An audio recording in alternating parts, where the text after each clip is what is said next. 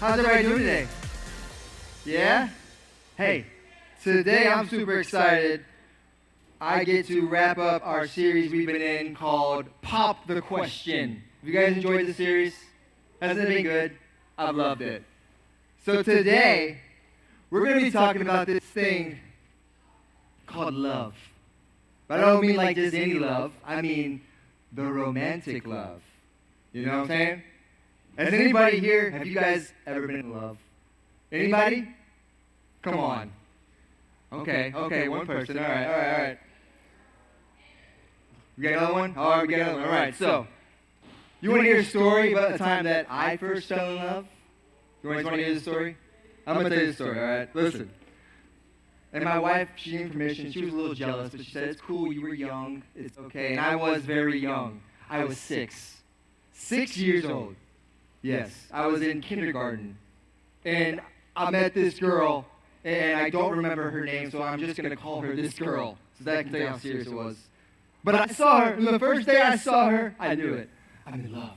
I'm in love with her. And I had to make a move. I had to do something. I didn't know what to do, but I had my friend. I had a friend. His name was Dante. That was really his name, Dante. And Dante, he had Riz, okay? Dante had Riz. And I had seen Dante's Riz in action because there was this one day at recess where this girl, and he said that he liked, she was over in the sand pit, right? He's like, hey, that girl, I'm going to go talk to her right now. And I said, dude, are you crazy? Don't do it. But he went. Dante went over to this girl where she was building a nice sand castle. He walks up to her. He looks at her. Kicks the sand castle and goes, ha ha! And runs away. And I knew right then, this dude knows what he's doing. He knows what's up, right? That's that 6-year-old Riz on display. So I listened to my friend Dante what to do. My friend Dante, he goes, hey, one day he came to school. He pulls out of his pocket this little plastic ring, right? And I'm like, dude, where did you get that ring? Where did that ring come from? And he goes, Cinnamon Toast Crunch. Right out of the box, right? So you knew it was special. So Dante gave me this ring. And right before lunch, I decided it's time to make the move. And right before lunch, we all go and we wash our hands. We go 2 by 2. You know, and it was me and my friend Dante's turn to go. So we're going towards the bathroom. The line's over here. She's over here. And so we both get up. We walk like we're going to the bathroom, turn towards her, and I'm standing there now. I pull the ring out, and I froze. I didn't know what to do. And all of a sudden, I felt this. Boom. My friend Dante goes, give me the ring. And he hits it out of my hand. And it flies forward. It hits the girl, falls on the ground. And I'm still like frozen because my teacher's also telling us, hey, bathroom, now guys, pressure's on. And I'm like, no, what do I do? And I just looked at her and I go, hey, will you be my girlfriend? She said yes. That's like awesome. All right. And so we were boyfriend and girlfriend, even though we never talked to each other after that. We never interacted. But if you asked one of us, we were dating, and it was serious. It wasn't that serious. We were way too young, right? I know right now that you guys are thinking about dating, right? And you've probably seen these lies told to you that you see in the movies and songs. Like think about this, name this common romantic comedy. 2 people, they meet, they fall in love, and then they say, oh, I love you, oh, you're the best, blah, blah, blah. And then a week later, something happens, they break up. What happened? Were they lying about that? Or maybe they just had the wrong idea of what love should be. There's going to come a day when you're going to want to get married. And I think it would help a lot if you guys weren't chasing lies that you've been told about what romantic love should be. You wouldn't think, you've been told probably, as soon as you feel it, you should date, right? Who should you date? Well, let me tell you, who should you date? Whoever you're going to marry. When should you date? When you plan on getting married. Why should you date? Because you want to get married. I know it sounds crazy because the world will say, like I said, as soon as you feel it, you should start dating.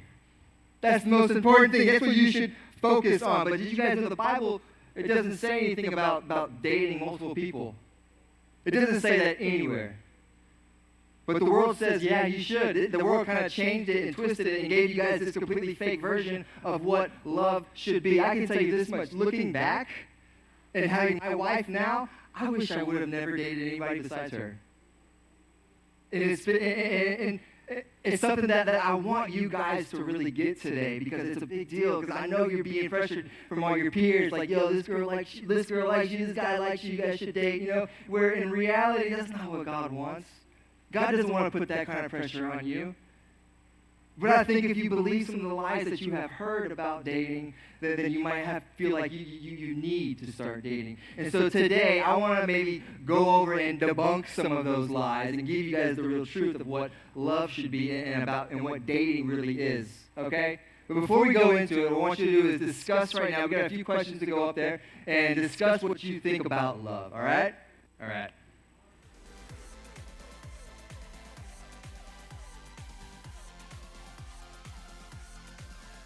Can everybody grab a chair and come sit in the middle area right here? I know it's different. I know it's different.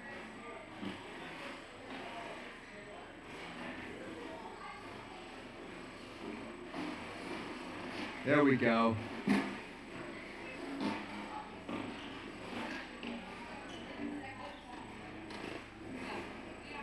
We don't gotta get that close.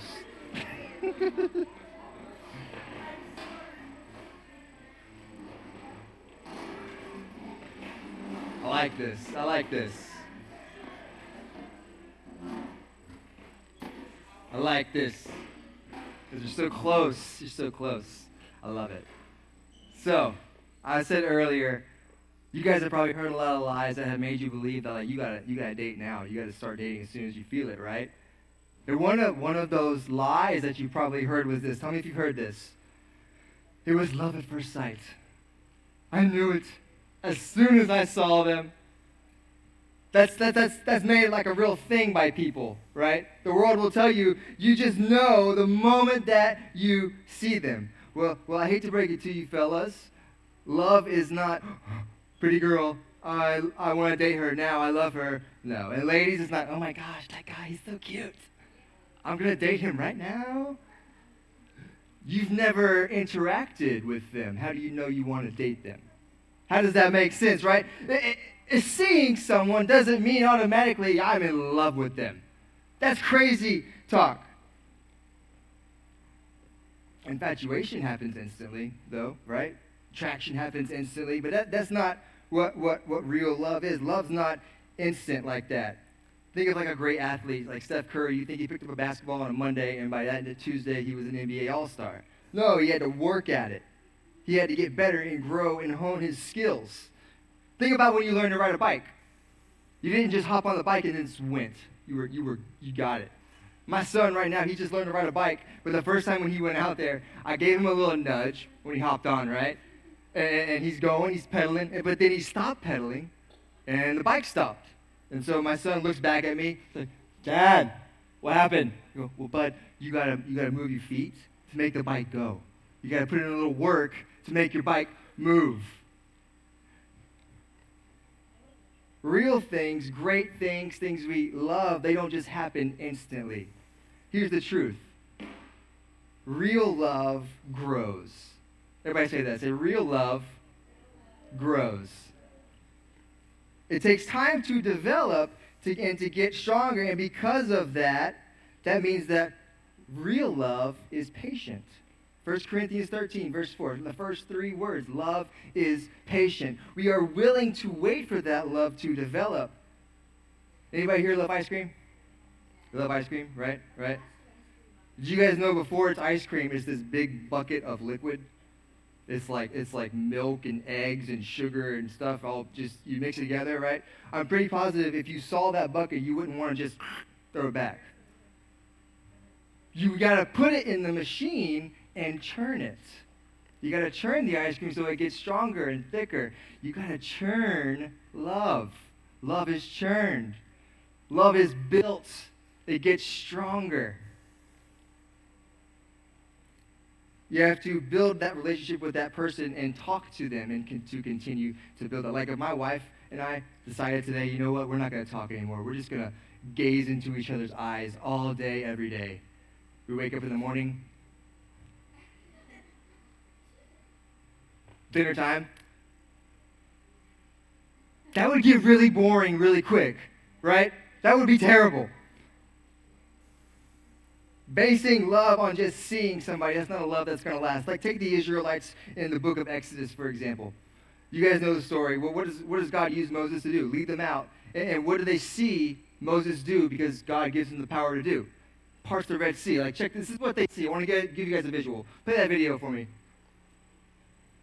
From behind his chosen people, the wind cut through the sea like a razor, dividing the waters into two great walls with dry land between them. The people fell back and beheld the Red Sea yielding to the will of God. It's amazing. Like, they saw that. The Israelites see God do this. And then it says later, it says also that in chapter 13, verse 21, that by day the Lord went ahead of them in a pillar of cloud to guide them. They see that.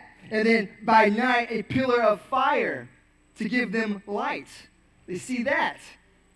That's amazing that they saw that. But fast forward ahead, and let's look at how seeing these things kept them loyal to God once Moses had to leave for about a month here. In Exodus 32, is when Moses has been gone for about 40 days, they come up to Aaron, Moses' brother, and they say, come on, make us some gods who can lead us. We don't know what happened to this fellow Moses who brought us here from the land of Egypt. So Aaron says, all right. And he takes some of the gold from the lady's jewelry and he melts it down into a golden calf, it says in verse 4.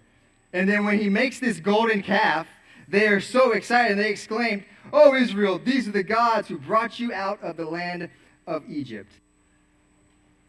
So they see God do these amazing things and use Moses to do them. But as soon as Moses is gone, they're like, hey, can you make us some new gods? We don't really see it here, you know. If they can do that, they can choose to want a new God because they can't see God working anymore. How easily could we do the same? Just with a person. If we're basing our love on seeing someone, then you're going to find too that you're going to be falling in love with a lot of people. All right?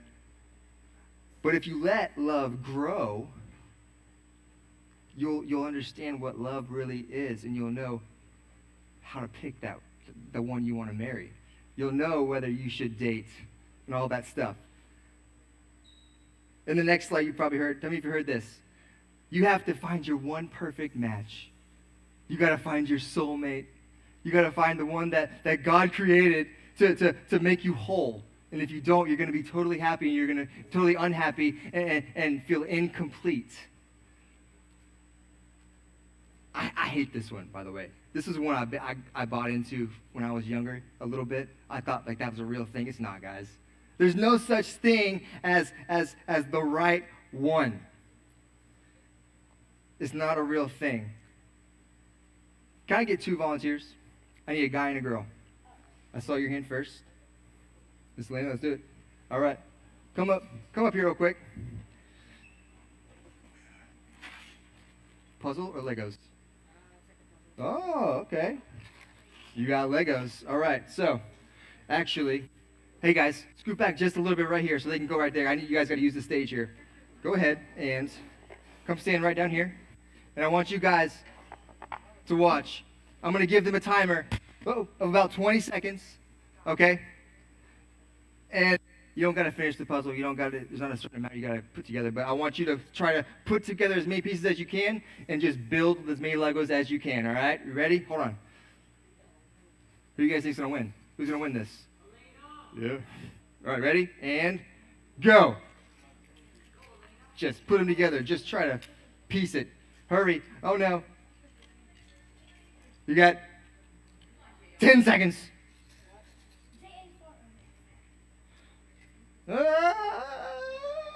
3, 2, 1.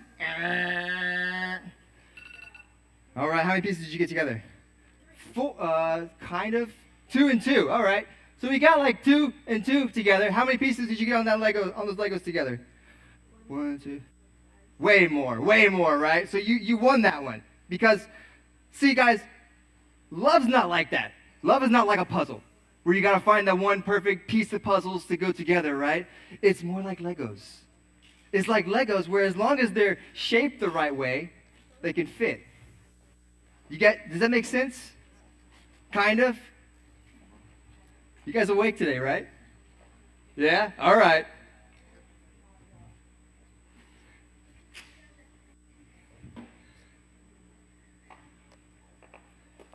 Because of this idea, thanks, Gwen. Because of this idea of having this one perfect match, you guys end up making relationships all about finding the right person instead of allowing God to make you into the right person.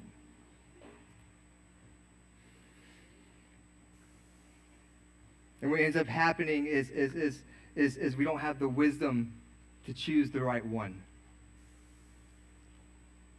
Here's the truth, guys. Love is not about finding the one. It's not about finding the right one. It's about becoming the right person and choosing wisely. But the only way that we do this is by seeking God first in all that we do. Proverbs chapter 3, verses 5 and 6 say this: trust in the Lord with all your heart. Do not depend on your own understanding. Seek his will. Everybody say, seek his will. Louder. Seek his will. Slightly better. In all you do, and he will show you which path to take. See, the world says, go find the right person, but God says, seek me. Seek me first, and I'll reveal that to you.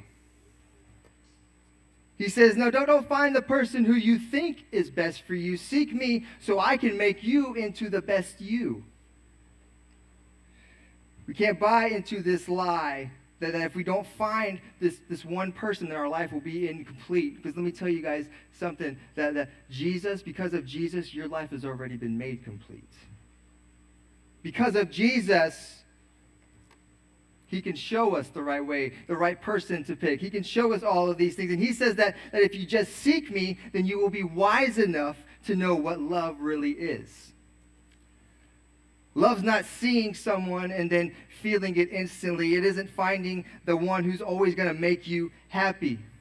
And both of those lies, too, you know something in common there? It's all about feelings. It's all about how we feel. Are they the right one? Do they make me feel love for them? Do they make me feel happy? Because this is the biggest lie, guys. The biggest lie, listen to this. When it comes to love is this. The biggest lie you will hear is that love is based on feelings. It's not about the butterflies. It's not about how warm and fuzzy you feel inside when you see them. No. It's not all about the feelings. It's not about trying to just seek all of your heart's desires. I don't know if you guys know this, but your heart might desire some wrong things sometimes. Like I desire to be able to eat whatever I want every single meal. Bacon cheeseburgers, like meat lovers pizza, have ice cream and chocolate after every single meal. That would be amazing. My heart would love that. But my heart also couldn't take that. I got health experts to let me know that. Like, no, don't do that.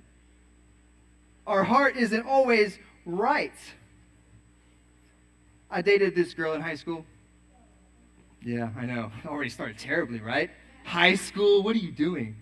I dated this girl in high school, and we broke up probably every other week because I felt like I liked this other girl, or she felt like she liked this other guy. We were back and forth all the time, unhappy. We were too young. We didn't know what we were doing. Our heart's not always right, and though the world will tell you to seek your own heart's desires, no, Jesus says, seek me first, and then I will shape your heart into knowing the right desires you should choose. I'll make things clear for you. But if we don't do that, if we don't let Jesus do this for us, what ends up happening is this: we miss the biggest truth of them all about love. And I want you guys to hear this, and I want you to write it down, take a picture, whatever you got to do, because this is the biggest truth, and that's this: love is an action. Everybody say, love is an action. It's a choice that we make through selflessness and commitment. And loving someone, it might mean that we have to put our feelings aside sometimes. It might mean that, like this, how many got somebody close to you who you love who just, maybe they annoy you sometimes? Little sister, little brother, best friend even. Me and my best friend, we know how to push each other's buttons, all right? They'll do things, or maybe they just, it's like, why did you do it that way? Come on. It was so funny when my wife and I, when we got married. If you don't know this about me, I'm kind of OCD about some things. I'm kind of an organized person. I like things organized. Even with my clothes. So my clothes, I put my t-shirts together, I put my leisure shirts together, or my workout shirts in one thing. I put my shorts, my gym shorts in separate things. Like, I'm organized, all right? Underwear drawer, sock drawer, all that stuff. We got married. My wife's not like that, okay? But she also does the laundry. Yeah, it was a big mess when we first got married, all right? I'm searching for my stuff. My underwear is in my sock drawer. I got gym shorts in my t-shirt drawer. I'm like, what is going on here? Like, why would you do it this way? And I probably did things, too, to bother her. That was just something I brought up to her, but she, But we were able to, we talked about it, and we were able to sort of, she gets it now. She gets that, right? On a more serious note, though, I do know people who their spouse maybe did something to actually really hurt them. But when the other came to them, asked for forgiveness, they were able to get through it because the other decided to forgive them and choose to love them. They took the action of choosing to love them.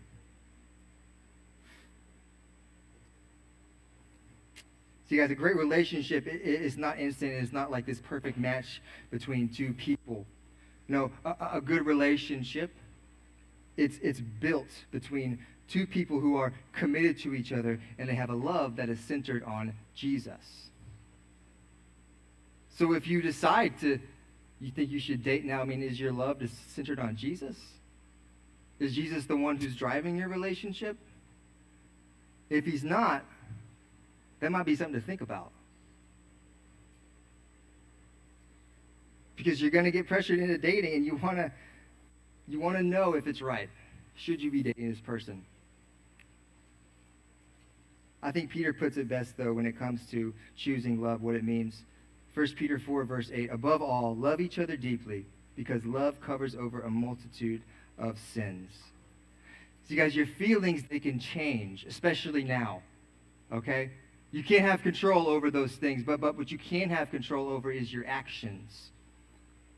So when you do choose to love someone, when you choose to one day pick that person who you want to get married to, you can choose to love them despite even their worst day. You can choose to love them. Even though we're so upset with them because of how they might have been acting in that moment. Because listen, when we choose to love someone, it's based on who God created them to be. The love that God wants you to have is not based on how that person might be acting in that moment or on that day or on that week, but it's based on who God created them to be in his image. That's what love is, because that's what Jesus did. That's what Jesus did when he chose to love us and then showed it on the cross. And he did this knowing that you would still mess up. But Jesus wasn't thinking about that. He wasn't thinking of the person who you are when you mess up. No, he was thinking of the person who you are when you choose to deny sin and choose him. See, Jesus didn't choose to love you so you could choose to keep on sinning. He died so that you would choose to stop sinning. Jesus loves us because of who we are in him, not who we are in our sin. And it's that example that we should bring to the relationship with the person that we marry one day.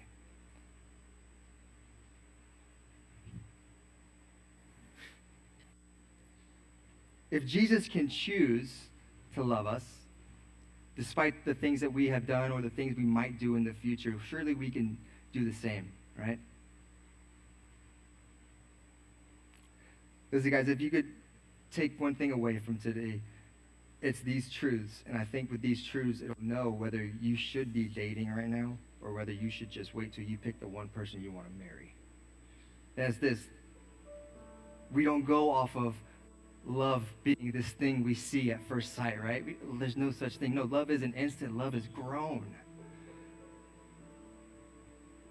We don't search for this one perfect match, trying to find the right person. We let God make us into the right person so that we know who to choose to be our spouse one day, who we choose when we do decide to date to get married. We don't listen to lies told to us by the world to get in there and date right away. Do it as soon as you can. Do it now. No. We wait till God shapes us into the right person and so that we can choose that. Because when he does, you're probably not going to want to date a bunch of people. You're going to want to find that wife.